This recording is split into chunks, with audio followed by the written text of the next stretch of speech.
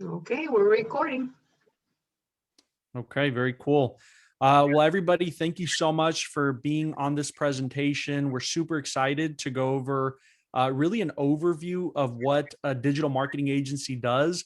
Now, it's kind of a joke because we ran through this presentation together, and it's called a $10 million agency in 10 minutes.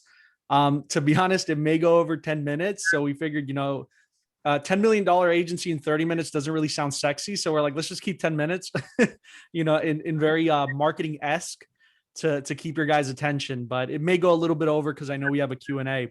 So we're going to give you everything you need to know about what an agency does, key aspects of it, and all that good stuff. So Manny, if you want to go to the next slide. Sure.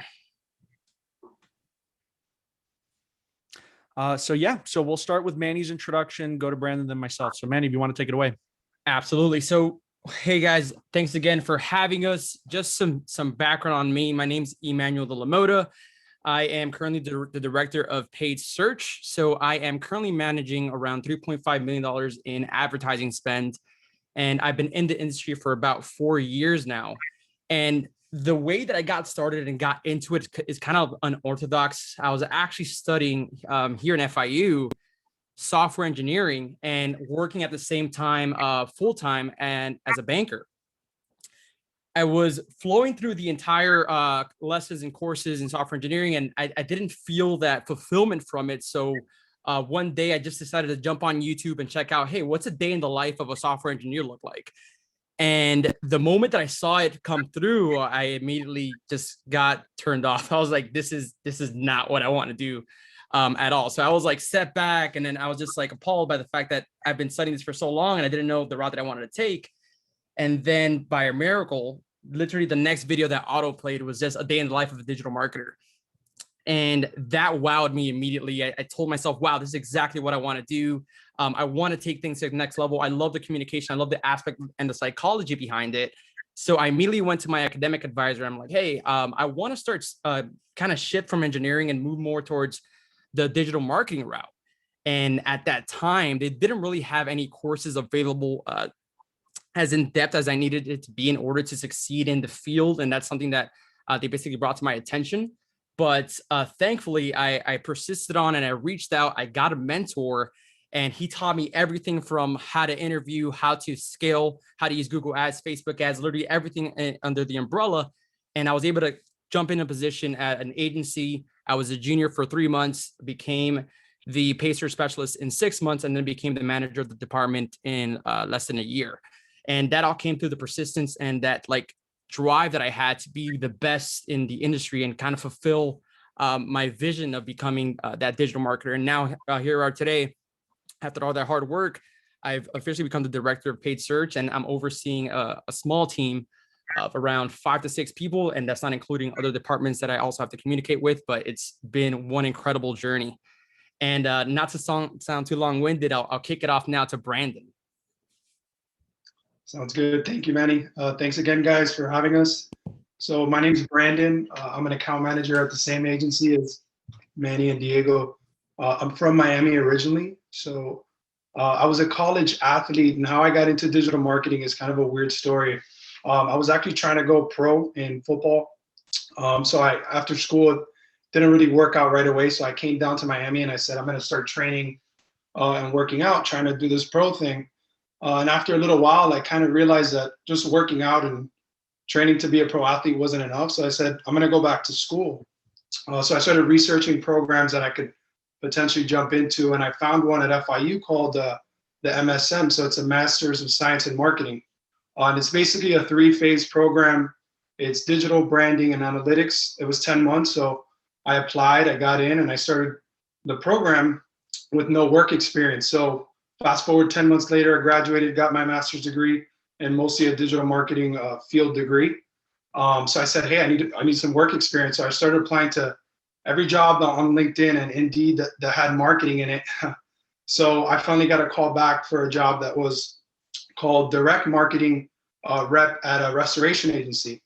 So I show up day one, and I'm thinking I'm going to be managing Google Ads and doing all this stuff, doing digital marketing.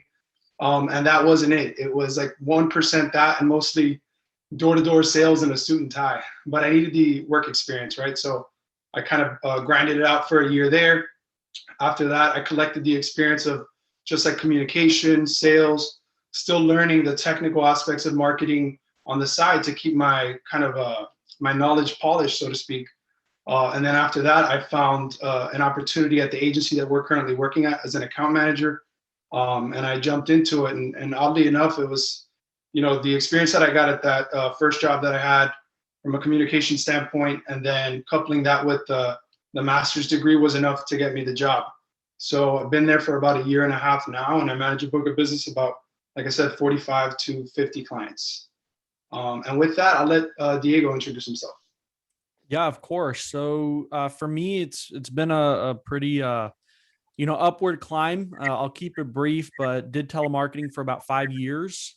Made good money there, but of course was working for Sears, and as you guys probably know, they filed Chapter 11 not too long ago. So at that sales job, I started listening to big influencers like Jordan Belfort. You guys probably know him, Wolf of Wall Street, Dale Carnegie, and then also Grant Cardone.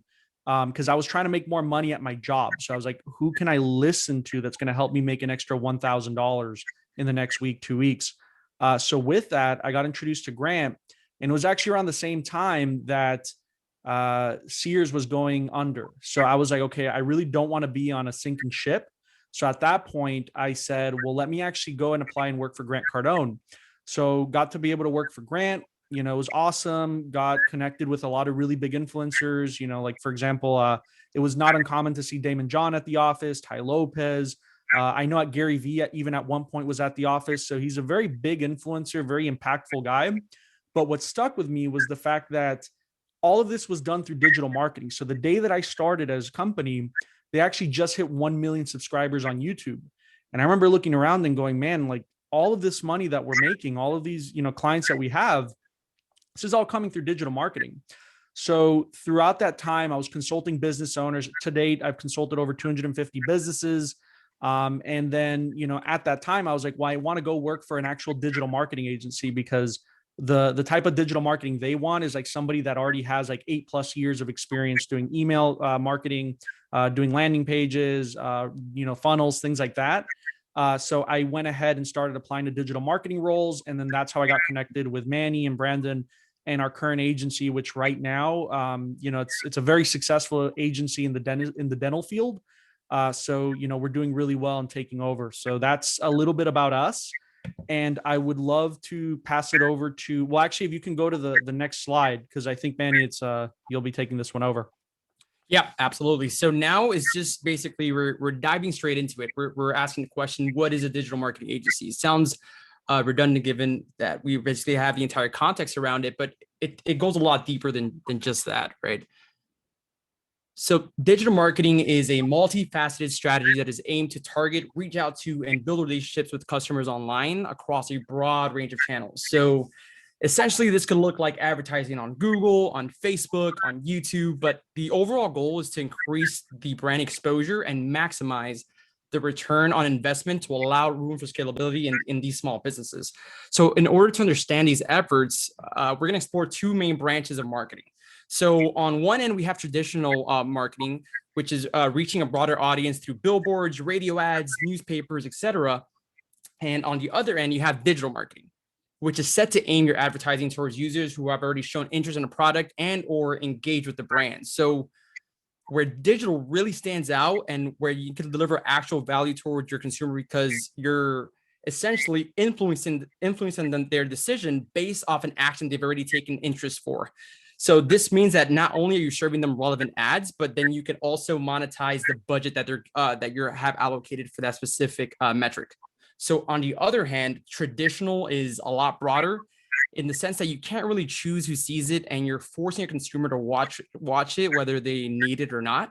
And this makes measuring performance on a traditional marketing campaign like borderline like a guessing game, which is not a game many people want to play, especially given the fact that it's extremely robust in pricing. And to run even split tests on these campaigns becomes difficult, because imagine just having a billboard and everyone's just flying through it, and then you pay $10,000 on average to just have that billboard up for like a month's time. So again, these two styles of marketing each play their own role in their specific space, but it's important to understand the key differences. So when you do get into the field and you do have that like vision, you can leverage both to their maximum capabilities. And then jumping into the next slide, this is basically what's driven me and what's allowed me to double down my efforts into what I do on a daily basis. So mostly what I specialize in is what's called paid search. And in the paid search industry, you're basically looking at keywords, biddings, basically different audiences, etc. But it goes way beyond just those numbers. So let's talk about the impact that digital marketing agencies are making. So small businesses make up around 99.7% of US employer firms. So what does that mean? Well, essentially our economy is shaped by these small businesses. So the way that you want to think about it is that small businesses are the backbone of the economy. And we as digital marketers are serving as the backbone to that backbone, right? So by essentially providing digital marketing services for these businesses and allowing them to gain exposure, target the right audiences, bring them qualified leads month over month, we're assisting these small businesses to flourish, which in turn allows them to put food on the table for their families, for employees, and the overall economy. So when you basically put this into perspective, yeah, a client's giving me a $10,000 budget and I'm running campaigns and I'm allowing them to get leads month over month, but I take the burden with me and my team to make sure that business is succeeding, because it's not just a business owner that is being affected by it, but also all their employees beneath them. So the challenge that we have on a day-to-day basis to get better is just this alone. Just this is what drives me completely. And to kick things off, I'm going to go ahead and pass it to Brandon. Awesome. Thank you, Manny. So what you guys are seeing right now is essentially an org chart. And what that is basically how the agency is structured from a roles and responsibility standpoint. Now, this is just one type of an org chart, right? There's many others, but what this org chart is predicated off of is basically the type of marketing that we're doing and what industries we're working at. So, for example, an org chart for lawyers or an e-commerce platform or dentists, they're all completely different based on the different departments in marketing that we're doing. But in this example, there's basically 3 technical departments. So there's digital marketing, which is composed of paid search, which is Manny's team, and SEO. There's a communication team, which is account management. And finally, there's web development. So digital marketing is essentially in charge of creating the traffic and driving the users to the landing pages, which are created by the developers, right? The people who create the landing pages and the website and that experience. And then the go-between the client and the actual agency itself are the account managers. So people like me, Diego. And I just want to, make a key point here that the biggest driver, the biggest factor of an agency's success is, in our opinion, inter-department communication. And the reason I say that is because most of the clients that we're dealing with are expecting deliverables in a certain amount of time. So all our work has deadlines essentially, and people need their things right now. So it's important to have that communication, that flow between our team, just so we can make sure everybody's doing their job correctly, and we're just flowing through deliverables, not only to ourselves, but getting them from one team and flowing them to the client. So that's why it's important to define what role someone's actually doing, what they specialize in. And for example, like if I wasn't doing my job well in communicating with the client, something about paid search, and I needed to take Manny away from his job to talk to the client, that takes him away from other clients and other changes he could be making and improvements to accounts. So just a quick example there. And I'm actually going to pass it to Diego, who's going to run through what an account manager actually does day to day. Definitely. And one thing too, before I even go into that, you're going to be getting the slide to this deck, but keep in mind, if you're looking to get into marketing is a field that is kind of difficult to start into. Typically you're kind of caught between that rock and a hard place of you need experience to get the job, but you don't have experience because you haven't started the job. So really look at that org chart and try to see where you can fit in. Because a lot of agencies will be hiring account managers that could pivot over to the paid search team, or maybe you're in the paid search team and you want to pivot over to SEO. So just something to keep in mind if you're looking for work. Always try to see like what's one role I can get and maybe pivot to another one if I'm unqualified for that other one. So just a quick life hack there. So wanted to go over what does an account manager because we're so crucial. So really the two aspects of agency that are so important is one, Manny's team. They need to make sure that they're driving our clients' leads every single month. But then the second thing is when somebody like me talks to my clients, much like Brandon, I manage about 45 businesses that I talk to on a regular basis, business owners. I need to make sure that I'm communicating exactly what's happening on their account. So there really are four key aspects to being a great account manager. One is communication. So I know, that seems like basic, right? Like, oh, communication, of course you got to talk to them. But you would be surprised how many agencies don't do that, because you typically think of digital marketers as a people behind the screens, not necessarily talking to clients. The best agencies put a huge priority on communication. So that means conducting your monthly strategy calls, going over your KPIs.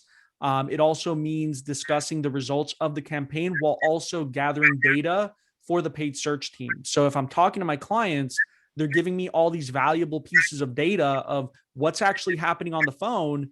At that point, I can grab that data and say, hey, Manny, when we have our huddle, we got to look over X, Y, and Z. So a second key aspect is retention. This is one of the most important things next to communication, because if you have an agency that is losing a lot of clients, especially if any of you guys either want to get into an agency or maybe even start an agency, there's a lot of people that after FIU, they decide to start their own agency. You need to make sure that your customer churn and attrition is healthy, because if not, you're basically in a boat that's got a ginormous hole in it. And every time you bring in a client, you lose a client. And that's why I wanted to make sure that communication was key, because if you're communicating with the client, you'll be able to retain them. But if you don't communicate with them, that's when you get your 30-day notices. People go MIA, or maybe they even call their credit card company and say, yeah, do a chargeback. All of this happens in agency life. So that's why communication is so important. So retention is another key aspect to be a great account manager. The third is growth. So you want to make sure that you're growing your accounts. It's something that we often do. So we look at what services they have and we try to pitch them other services, as long as it makes sense. So if they're doing Google ads, we'll look at Facebook ads. Direct mail is something that we also do. And then on a side note, if you're doing a really good job, you'll get referrals. And in our industry, it's very common for business owners to open up second, third locations. So after one business starts to hit like $1 million, maybe $1.5 million, maybe even 2 million, that's when they start to think, okay, I'm ready to open up a second practice.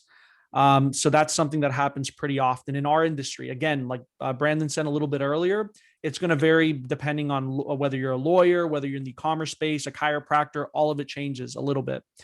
And then finally, expertise. So this is one key aspect, is you really need to know your industry. You need to know your niche inside and out. It's mainly because you want to be able to talk jargon when you're talking to your clients. So like in our industry, we need to be able to talk to clients about specific cases that they're looking for. For lawyers, it may be the exact same thing. And also for chiropractors, there's specific cases that they get that they're like, yeah, that's where I'm making most of my money.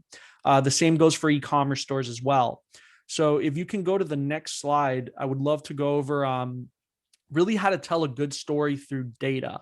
So once I'm actually on the phone with the client, remember, keeping in mind all those four aspects as the overview, now I'm actually talking to a client.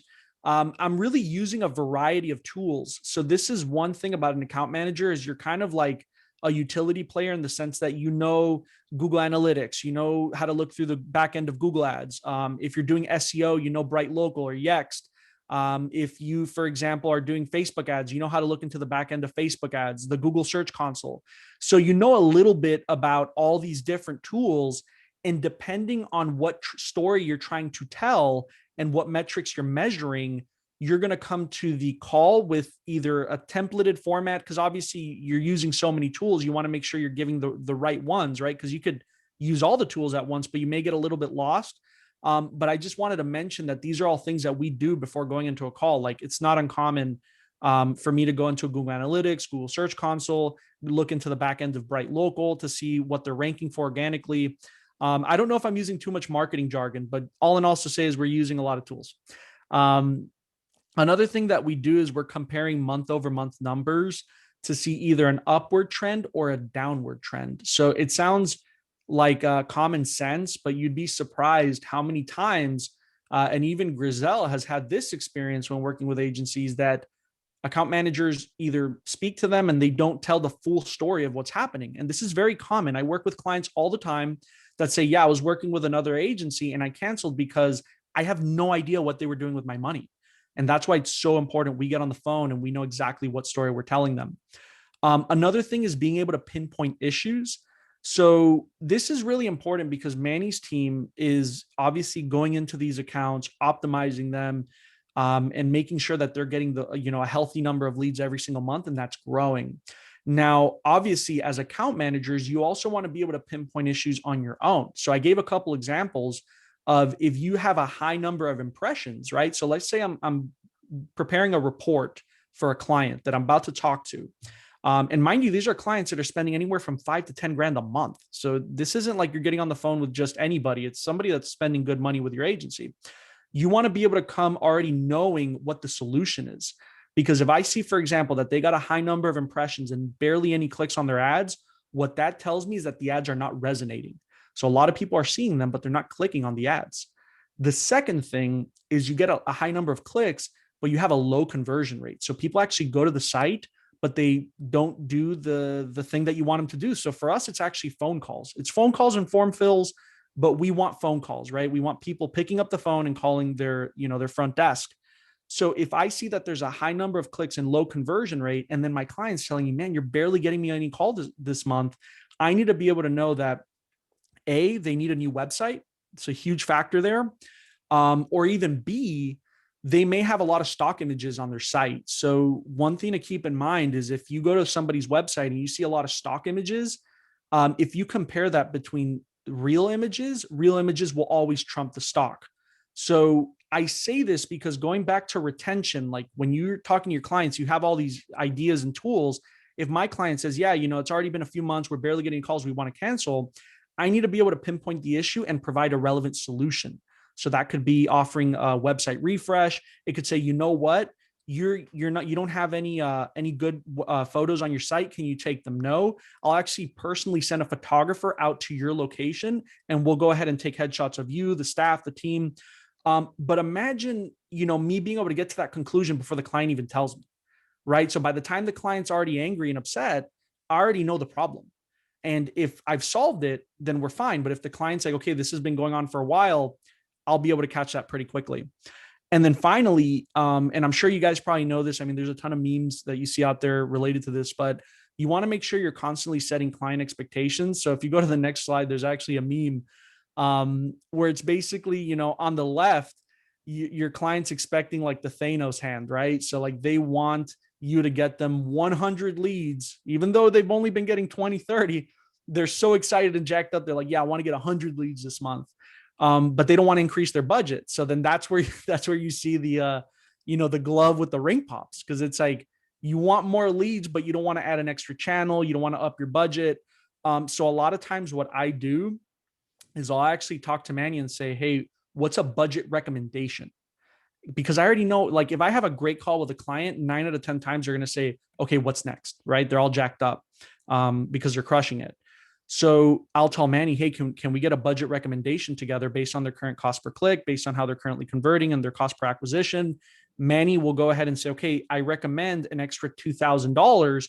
I need to hop on the phone with that client already in the back of my mind, knowing, okay, I'm going to have to pitch them spending an extra $2,000 if they get jacked up.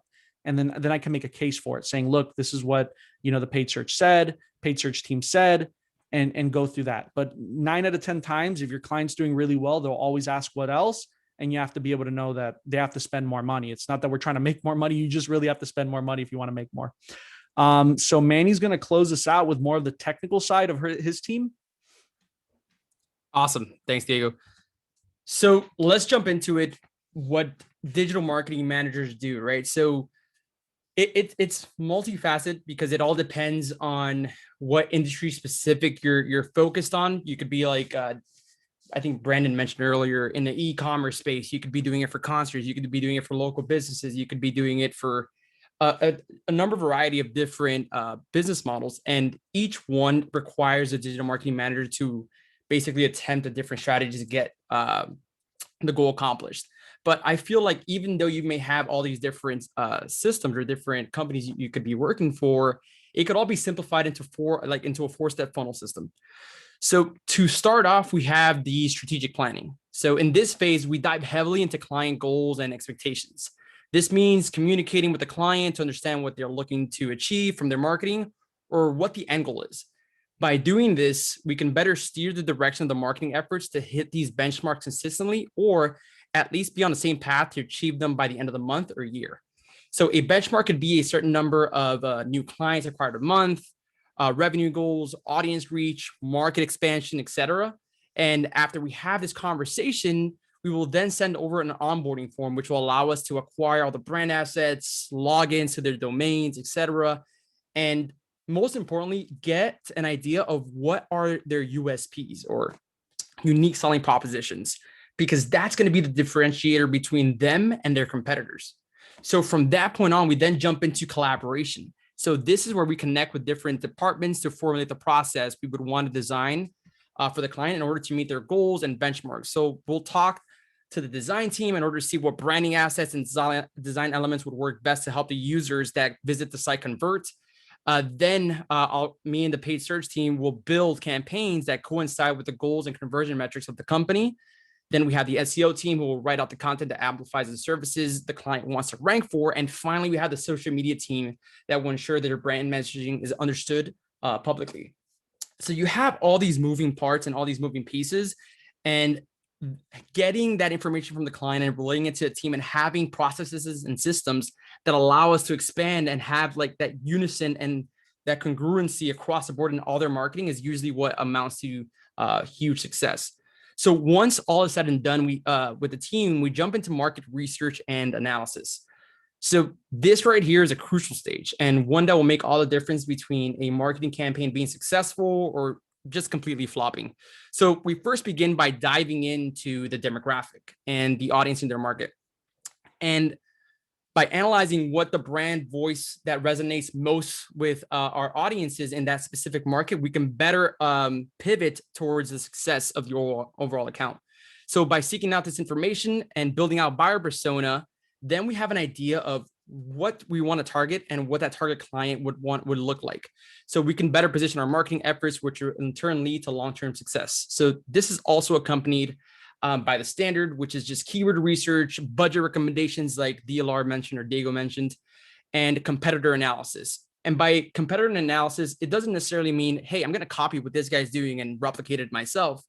It's more understanding, okay, work in the head of the giants, right? So if you see that all your competitors are sending these specific messages and it's converting well for them based off like analytics that you will find like on SpyFu, then you can better suggest, all right, so what's something that the company that I'm working with can say or do that will make them stand out from the competitors? Not necessarily say exactly what they're saying, but something that may resonate. So this is when becoming innovative and using data to your best point, it will allow you to basically scale and dominate in any market. Then when we have the strategy fully fleshed out, we collaborate with our other team members and we did our market research and we went to the final step of the funnel. Then we jump into campaign management. So this right here is where the magic happens. And this is where our team like dominates. We put all of our research and analysis to the test and we allow the market to determine if what we're doing works or not. Another way to reference this is just split testing.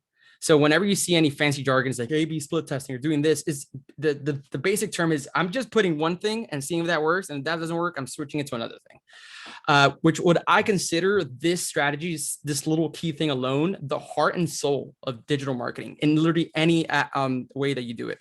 So as you see how your market responds to certain messaging or graphics, and you then begin to make minor tweaks by eliminating what works and what doesn't, you continue down this path, which will lead you to a campaign that you can be proud of and that you can allow this business to continually scale on a month-to-month basis and year-over-year basis. So overall, this is a high level. There's still so much more that's done by us and different parts of the department that allow us to basically have the success that we have today. But this is generally an overview of what you can expect on a day-to-day basis, especially through a client launch. So with that being said, I want to pass it back to Diego so he can go ahead and close us off. Yeah, of course. So let's go to that last slide. So, we really appreciate you being here. I know it's late and, trying to stay awake after you had one lesson and then now we're coming in with all this jargon. I know it's a lot, but the one thing I want to say is this is an industry that you can not only make a lot of money, but you can also translate it to a lot of things. So if any of you all, it happens a lot where a lot of digital marketers have side hustles, right? Like even in our company, a lot of us have things that we're working on the side.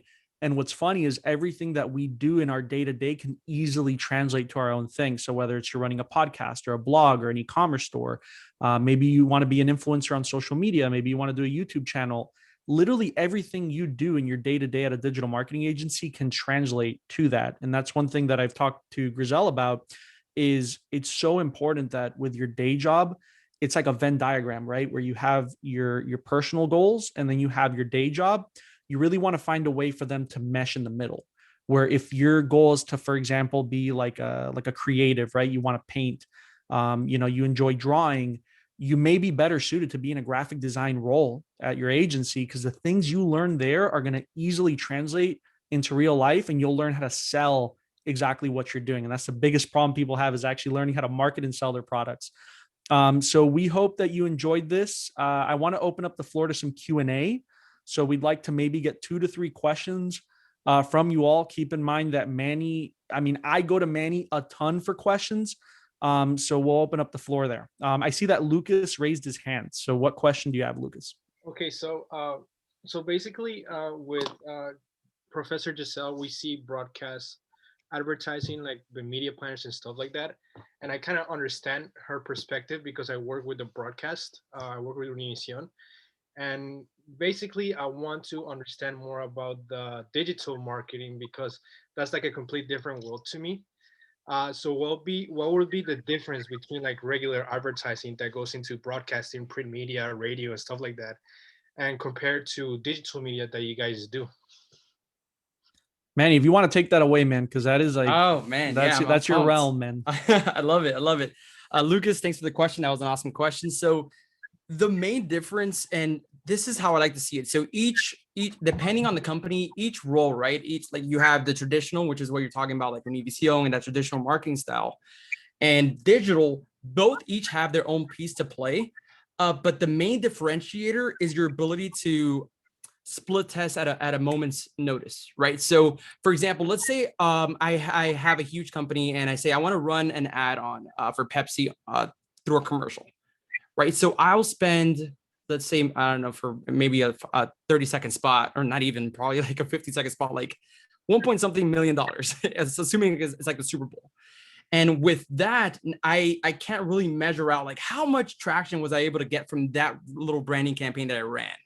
Whereas in digital marketing, you tell me, hey, I want to test out an audience and I want to promote this specific product. I can literally tell you right now, give me $50 and I'll tell you if that works or not. Oh, so it's like much cheaper and it's much easier with digital marketing than with with digital advertising than regular advertising, basically. It's in most cases, it will be much cheaper. But I think the bread and butter of digital marketing is that you can serve an ad to someone who's looking for it. So I can tell you off the bat that 100% of the people who are watching that commercial don't care about it. At least a certain percentage of people will. And then that's what they're trying to do. They're just trying to push it out. And then it's either going to be through branding or to get you to make a sale to close. But it's basically to everyone. Where in digital marketing, we can control who we show our ads to.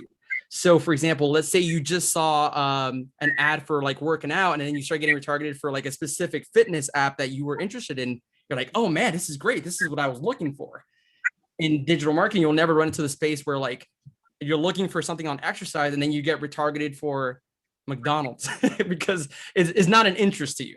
And then I guess that would be the main differentiator. They both play their parts. So I'm not going to downplay one or the other. It just depends what the goal of the business is and what direction you're trying to take it. Okay, thank you. Yeah, absolutely. So I actually have 4 questions in total. So Oof. I'm sorry for the lengthiness. Dang it. I'm currently an account coordinator at a franchise digital marketing agency. So that's why it's the lengthiness of the questions. So one of my first questions would be for Diego or Brandon. What exactly is the difference between an account executive and an account manager? And then the second question for Diego would be, so you were talking about conversions and how it does like some stuff has to do with like how the client reacts to those conversions. So one of my questions is when the conversion rates come in, would a client's reaction to either their phone calls coming in and stuff have a big play in those conversions actually becoming conversions? Ooh, that's a really good question. The fact that you asked that tells me that you definitely are, working as in the account management space. So I'll tackle the first one. Really, there are different names for the same thing, right? So there's account executive, account manager. Our actual title is client success manager. Believe it or not, but since client success is such a new role, typically people won't see a client success manager as an account manager. But it really depends on the roles and responsibilities that you've been assigned, right? As an account executive or an account manager. In some businesses, in some jobs, an account manager's sole goal is literally to just grow accounts. It's not really to do the retention. It's not really do the outreach. It's literally like see what opportunities we can sell them. And you'll see that if you go to LinkedIn and type in account manager, look at what what they'll have you doing. It's literally going to be a sales job. They just slap the title of account manager. So it really comes down to what the roles and responsibilities are in our specific field. It's a client success manager, but that's you're basically a marketing strategist. The second question that you have has to deal with, and I want to make sure I'm getting it right. So it's conversions are down. Does the client have and again, because the questions were back to back, does a client have a role in those conversions actually turning into patients or customers? Is that the right question? Yes, that's correct. So that's 1000% accurate. And this is something that I've tried. I do weekly coaching sessions for my team, and I regularly tell them we're not even account managers, we're business consultants. And I'm like, on paper, we're account managers, but like who you really are as a business consultant. I'll tell you why. So I've done a lot of sales training. Again, I've consulted 250 plus businesses. A lot of that was sales training. And one of the things that happens so often, and it's so important that you have tracking that you can actually listen to the calls, is let's say Manny, right? This happens all the time. Well, not all the time, but it happens pretty often where Manny will have 1 month where we killed it, right? Where we got like, 60 phone calls and client only spent like $900, right? So crazy. And we can even see like what campaigns they came from. So if they were like a lot of implants or ortho, as you guys all know, if anyone has done Invisalign, it's a lot of money. Dentists make a lot of money off Invisalign and implants, et cetera, et cetera. But then the client will say, well, I barely got any patients this month. What's going on? Until we listen to the call, and what happens could be their missed call rate. So if you call a dental practice from a Google ad and you get voicemail, so you're done, right? Like you're going to go on to the next Google ad, right? Because you're actively looking for a new dentist. So if they don't pick up the phone, what is that? A second could be access to care. So you call and you say, hey, I need to be seen on Friday. And then they say, well, actually, we don't have Friday available, but we have 2 Fridays from now available. And I've actually had that happen where I've had clients that their access to care is like 30 days. So you're telling me that I'm sending you a lead and that person can't be in your practice till 30 days from now? That's horrible, right? And then the third is, what are they saying when they pick up the phone? Because a lot of times they're going to ask you questions about pricing. I mean, all of you, if anyone's done Invisalign or had an implant or whatever, you know that that's thousands of dollars. And maybe you've been quoted once on, any type of Invisalign treatment, and they've quoted you $3,000 to $5,000. So you have an idea it's going to be expensive, and you automatically tell the front desk person, how much does it cost? The next thing that comes out of that front desk person's mouth is going to make or break the deal. So is that answering your question on if they have a control over that? Did I hit on the head or? I also have 2 questions for Yeah, Manny. keep it going. Yeah, sorry. Manny, so how do you feel about the digital marketers sitting in on meetings and pretty much having a better overview of things? And then the second question would be, what's your recommended digital marketing campaign length on things like Facebook and Google?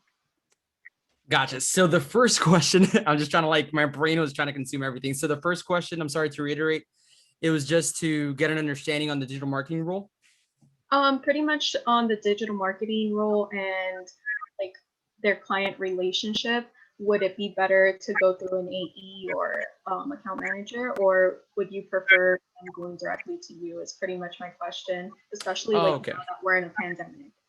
So essentially during the pandemic, so normally me and my team wouldn't be too involved in the communications with the clients because I want to make sure that they're focusing in on the campaigns and that they're maximizing the amount of audits and efforts we could put towards that end. But now you throw a pandemic into that, it kind of changes a bit, right? Because I feel we want to provide the most value to our clients, and we want to make sure that we're basically hand holding and letting them know, hey, we're here for you, we got your back, and we also have strategies that we want to take in place. So, for example, I've had communications with the CSM team on how to engage better conversations with our clients so they can talk more analytically. So that allows us to be in less phone calls.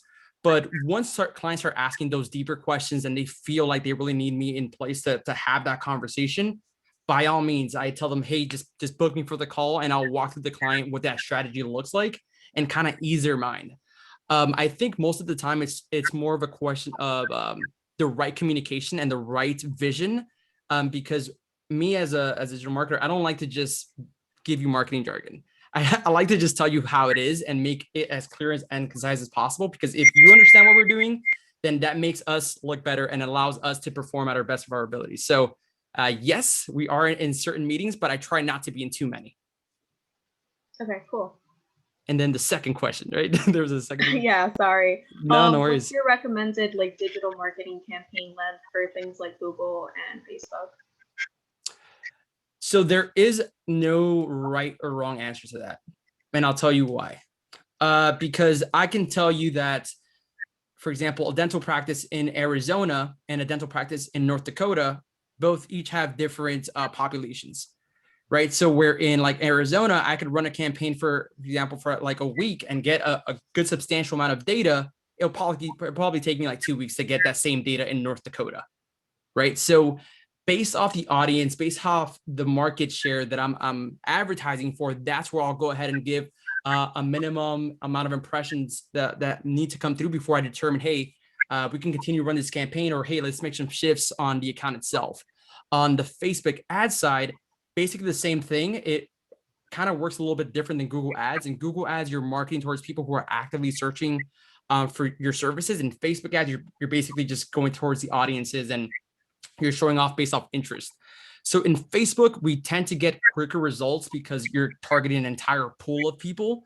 So on average on Facebook, I would get enough data around a 1 week's time, basically almost in any market.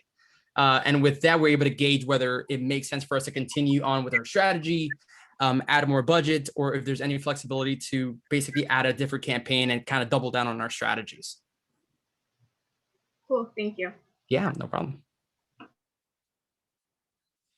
Who was next? So that was Ashley, and then it said Kristen. Is Kristen correct? Yes, me. Hi. Hey.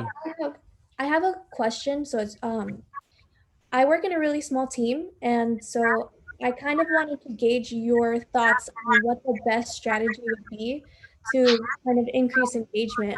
I work for the FIU Foundation, so we work with alumni. And so we do a lot of digital marketing and stuff, but we are kind of struggling with engaging our alumni. So I wanted to see what you guys would think would work best for us in terms of digital engagement. Gotcha. Manny, you want to take that? Yeah, I can start it off. So I think it's funny, like, right, that the whole term of like, how can I get more people to engage? And at the end of the day, what works best is what we've seen work best is authenticity and basically speaking to the right audience. So before you even start thinking about engagement, what I would suggest you guys start doing first is create what's called a buyer's persona. And what this essentially means is that you basically create this model of who your ideal person would be. Like you would say their age group, where they hang around with, what channels would they most likely be in, etc. And then once you have this picture, all your messaging should be speaking towards that one person. because that one person, that buyer's persona kind of signifies everything that encompasses that audiences, that audience that you're targeting. So once you shift from a general messaging, just saying a post like, hey, blah, blah, blah, blah, which is very generic, and you start engaging more and you have more specified posts that speaks to, hey, I know that you love working out and you do this on the weekends and blah, blah, blah. And we have actually this event that will help you with these problems. That's where the engagement then flows. Because then it stops from you speaking to an audience to you speaking to a person, and then it feels more personalized, which then in turn means more engagement. Yeah, and to tie on to that, I think also with the buyer's persona is understanding like what problem are you solving, like down to that core, because then every time you have your messaging, it's always speaking to that one problem for that one specific person. Like for example, like I'm subscribed to a lot of different newsletters, and their messaging is very specific to where I'm at in my customer journey, right? Like I'm a certain age group, I'm a certain, I follow a certain type of people, and I'm like their ideal candidate. So all of their messaging goes towards that. So I would feel like that would be another important thing, is like, what problem are we solving and who are we solving it for? And then all your messaging should be around that. Does that answer your question? Thank you. Yes, we just kind of run into the problem where we want to target everybody because FIU obviously has over 250,000 alumni, so we want everybody to be engaged. But it's kind of hard to kind of target specifically per event, per program that we have available, per whatever, what they're interested in. So. Well, I guess something to find out is like, if you look through the people that attend, you're going to find commonalities, right? Like if you look through all the type of people that normally come to your event, they're going to have patterns that you're going to see in interests. They might be, interested in extracurricular activities. They may even be a part of a certain major. I mean, you'll be surprised, but I would really look through your roster and then see what age groups that are typically coming to your events. Like what are those 20% of characteristics that are bringing in 80% of the people coming to your event? Like the Pareto principle, right? Like, for example, for us, we know that there's a certain type of dentist that we're targeting that would be our ideal person to work with. So all of our messaging is about that, right? But Manny, if you want to go, I didn't mean to cut you off. No, man, didn't mean to cut you off. So I guess another place to start off as well is think about what are the most common questions that audience is always asking you, and then how can you answer those questions in different posts. When you kind of formalize that, that's another way that I've tested out with different companies that it's helped out a lot, which is basically using like their FAQ page and creating content off that. And then mostly you already know that a majority of people will ask these questions, and then formulating ways for you to address that and kind of steer them towards the path that you want them to take is another form of getting engagement up. Thank you, guys. That answers my question. Absolutely. Hi, I think I'm next. Yeah. Hey, how's it going, Jennifer? Hey, so first of all, good. Thank you guys for being here and delivering the super useful information. I've learned a lot. In my case, I graduated from FIU, my undergrad graphic design major, and I have a minor in marketing analytics. And I jumped into this master's program, which is global strategic communications with the management track. I don't have the work experience, but what are some things that you guys look at in someone's resume or something, as someone that doesn't have work experience previously in the marketing department, just school-based, in order for me to maybe obtain a job position in said your guys' company? So for me, I guess the first thing is not what you don't have, but what do you have? Right. So like when I went to this role I'm in, I had no digital marketing agency experience at all, like zero. Like I was taught through Udemy, I was taught through Digital Marketer, but you need to come to the table with what do you really have, right? So like, for example, Google Analytics, you can study courses online. I know the Google search certification, if I'm not mistaken, is also, you can take that free. Google Display, you can take that free. You can even sign up for Lynda courses. And believe it or not, that's the one thing that I was actually asked is, are you Google Ads certified? In my interview, I had to say no, but I was able to say all the other things I had done outside of that. So I would say the first thing is kind of map out a game plan, because yes, your degree is going to help you out to show that you can get your foot in the door, but they're going to say, okay, you don't necessarily know. Like, for example, I actually had an interview with a woman that knows a lot about digital marketing, and we were considering hiring her. But when we were asking her questions, her responses were so long-winded that we were like, okay, let's see, we don't know if this may be the best fit, because we're asking you a straightforward question like, what is a Facebook ad, right? What is a Google ad? Like, normal questions. So if you can understand that jargon, at that point, goes back to what I'm saying. It's not what you don't have, but what are you bringing to the table? I guess my second question would be, do you have any work experience at all? Yeah, I worked for a small boutique in Coral Gables as their like content creator. I did like graphics and I did photography and stuff. Yeah. So, I mean, that right there, if you highlight what you did on the content side, I mean, that would be amazing, right? If I was interviewing you and you told me, yeah, I did the social media posts, right? I worked on the website. I took photos, which, we're always happy to have people that are ambidextrous, because if we can have someone that can also take photos, they can take photos of our local clients, right? So we look at all those key highlights. And if you couple that with saying, I'm great at customer service, right? So if you were to tell, like, hire for my role, and you were to say, yeah, like, I had to help, solve the problems, right? Like de-escalation of problems. I had to outreach to clients, when they had issues with X, Y, and Z.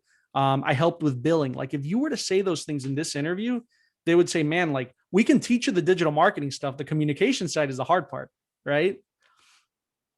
So does that answer your question a little bit? Yeah, it does. Thank you so much. It gives me a And- little bit more of like that confidence boost, like knowing just to like highlight all of those other things that I've been able to do and accomplish in regards to the job position. I think so. It's funny. It's funny that you bring this up, Jennifer, because I'm currently I'm hiring people for like the senior position in my team. And I was once in that point where it was like, how do you apply for a position that you don't really have experience for? And it all comes down to how resourceful are you and how ambitious are you for that one position. One thing that helped me out and one thing that I look out for a lot in candidates that I'm interviewing is I want someone who's charismatic and very ambitious about the position, but even more than that, they go out of their way to do anything, right? So for example, if you come to me in an interview and you tell me, hey, Manny, I looked into your company and I noticed that this is on your site and that you're doing this, and that. And on the Pacer side, I feel like you maybe could have been doing this, even if it's wrong. I love the fact that you go out of your way to push that through. Another thing that I would recommend highly is that digital marketing is a huge umbrella. You have email marketing, you have SEO, you have social media. Pick one thing and just get really good at it. And then what I mean by that is for example, you're doing social media, start jotting down every single time you've come up with an innovative idea, every single time that you split test something, every single time that you've done something out of the status that goes above the status quo, because that's an additional tool you could bring to these interviews that you can say, hey, not only did I manage these social media accounts, but I did X, Y, and Z. And not only that, when things were failing, I did this, and that. And if you come to me and you tell me, even if, for example, a junior position as a paid specialist, and you tell me you did all these things, that lets me know that if I were to put you in a position managing a Google Ads account, you can figure it out, because you figured it out for the Google Ads side. You dug into the company and you went out of your way to stand out from the crowd. So that's the main thing that I would point out. And what I look for is someone who's willing to do things above the status quo and just specializing on one thing so you can speak to it instead of just saying, yeah, I'm a great communicator. Yeah. And if I can add to one more thing, I strongly encourage people to have a project that you're working on. So I actually, on one of the podcasts I did, I interviewed actually Manny and another, heavy hitter in the digital marketing space. And one of his pieces of advice was have a sandbox. So what he means by that is like literally get a blog, anything about whatever, and learn what it's like to put a Facebook pixel on it. Learn what it's like to put a Google Tag Manager on it. If you even want an e-commerce store, build a Shopify store and sell eyelashes. Like I know, like right now, even Monet, right? Like everybody's into Monet. I don't know if it's still a thing or not, but maybe you become an ambassador for Monet and say, hey, I'm going to run ads for Monet. Even if you lose money, the fact that you come into a conversation saying, I know exactly what it takes to run ads for Facebook, like you're going to learn along the way. You could literally have your website on this computer, and a YouTube video on this computer, and literally be like, okay, this is the way you do a Google Tag Manager. This is the way you do a pixel. Like, it costs you no more than $15 to get domain hosting on GoDaddy or whatever. And you'll have the best sandbox that will teach you more, that when you actually go into when you'll have fun too, but when you go into the role, you could say, yeah, I had this own business that I was running ads for and blah, blah, blah. So yeah, like Kristen said, that's what she does with video editing. So yeah. Yeah, I love that. That's actually, it's funny. That's actually exactly how I got into the field. I had no paid search experience, and the position in junior was like, oh, you need to have managed at least $100,000 worth of ad spend. I'm like, how am I going to get an entry level position, $100,000 worth of ad spend? And then basically creating that sandbox and letting the client know, or that business know, hey, I think this is how you guys should have been running your Google Ads campaign. And I had never ran $1. I built it on a spreadsheet. They're like, wow, this is impressive. Nobody's come up to us with a spreadsheet, like a fully fleshed out build. And even if it was wrong, the fact that I went out of my way to do that, like, put me miles ahead anyone else that was interviewing. Let me give you a real world example. So like on top of that, right? So like for me, Manny said, have one thing you get nasty at. For me, it's SEO, right? I love blogging. I love writing. I love copywriting. So I really want to get good at SEO and everything about it. So one of the things is Brandon actually runs a business. On top of everything he does, he has a business that's doing really well. I mean, they're making a lot of money every month. But Brandon said, hey, you can do my SEO. You just do my SEO and see what you can do. If he becomes a case study, the fact that he's already got a business, he's already got a real location, like, dude, I'm telling you right now, the fact that, like Manny said, there's 99% of small businesses in the US, literally go to anybody and say, hey, I'll do your graphic design for free. I'll do your copywriting for free. Now I'm talking about really guerrilla stuff here, but that alone is going to get you like real world experience if you don't want to go the sandbox route, and you'll have referrals. Like if you go to my LinkedIn, I have 14 testimonials from real businesses, real business owners. I even have a video testimonial from a woman that I reached out to via Reddit. So like I said, hey, I'm offering free business consultation, trying to take your business to the next level. She took me on it, and I did a month of coaching her, and she's working for the Wall Street Journal, New York Times, and all that. So like, I'm like, man, if you don't believe me, believe 15 people in a video testimonial, So yeah, that's my 2 cents. Any other questions? I know we're going a little over time, but any other questions, or we closing out? How do you do to pick up trends, to keep up with them? Because it's really hard. I know that in the digital world, everything is evolving. It's really hard. So what do you do? Do you have a system? If Manny, you want to take this one? Cause I'll probably tag on to that. Yeah. So trends, right? So the way that we pick up on trends and changes that are changing in the marketplace all comes down to your resources. So man, for me, PPC Heroes, Search Engine Land, Search Marketing Land, like all these different resources, I basically am signed up for all of them. So I'm constantly getting email. And even to this day, it's like nonstop learning. Like I'm looking at YouTube videos while I'm working. I'm listening to podcasts about what shift is going to come out. Like if many of you aren't aware, a big conversation and a trend that's happening right now is iOS 14 update with that's transitioning, where Facebook is like pushing back and letting you know, hey, what do you mean we can't track your pixels? And then that's a huge deal. And then that's something that we have to already get accustomed to and start adapting towards. And yes, I could give you all the resources. Just know that most of the resources are for paid search. And it's also an overall scope of things that are happening in the paid search industry, but definitely could help out. But things like that and strategies that you can come into play from these different resources is what allows you to come into trends. And if you search up Google Trends, it'll literally tell you what people are actively searching the most for on a monthly basis. Yeah, I was gonna add to that newsletters. Just like Manny said, every single morning I literally block out 30 minutes of my day. So I set a timer, and I put a timer for 30 minutes, and I go through every newsletter that's sent to me. So I'm subscribed to Search Engine Land. I'm also subscribed to other ones like Indie Hackers and TechCrunch and all these other ones. So we can send them to you, Professor. But overall, that would be the best way, because I sit here and I'm just reading, okay, Bitcoin this, Facebook's doing this, Google ads. I know Google recently is having some issues with tracking, right? That they're going to be phasing that out. So it's like I'm getting all that straight to my inbox, and I set aside 30 minutes every day to go through the hottest things happening. And do you get the time to read it all? So I would say I don't get through all of them, but 30 minutes a day is better than 0 minutes a day. Yeah. that's And how I feel with journalism, because I work as a news producer, so I have to read every single news, every single press, and I don't Yeah. have the time to read all the newspapers. Yeah, it's like nobody reads the whole newspaper, right? Like every day, the old school, you see people with a newspaper. I don't think anyone reads them anymore, but you don't really read the entire newspaper. still You kind do. of pick and choose. You cherry pick a little bit. And I love that what you were saying about like picking and choosing, right? Because at the end of the day, you can't consume every content that everyone writes, but you can consume the right content that'll make a difference. And then that's what I keep an eye out for. So something that I feel like would impact the industry as a whole or make a shift is the type of content that I'm consistently consuming. And I'm also consuming content like different podcasts based off people who are doing it better than I am, or working with like even bigger companies that where I'm at now, because even where they're at and my vision of getting there gives me an idea of what I should be doing today to get to that point.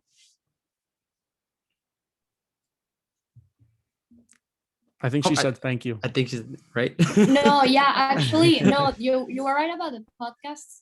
Actually, I was with social media marketing. I always try to, get immersed in that topic. And there's one about Michael Stelzner. I don't know if you've heard about it. It's really good. Oh yeah, well, send it over. Put it on the chat. Will do. Yeah, awesome. You can actually find it in the podcast of I don't know, the one of the Apple, I don't know how you call it, the podcast of the iPhone, this one.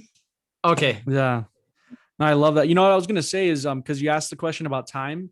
Here's the best thing. Go to your settings and then look at your time spent on apps. And if you see Instagram's more than 30 minutes, like then you obviously have the time, right? To dedicate towards newsletters and stuff. Ouch, like, dude. I gotta keep it real, dude. I'm just saying, like, people say they don't have time. It's like just go to your settings and see what you're spending most of your time on and replace it. So any other questions? Oh yeah. Go ahead. What happened? No. I said it all. Thank you. All right. Cool.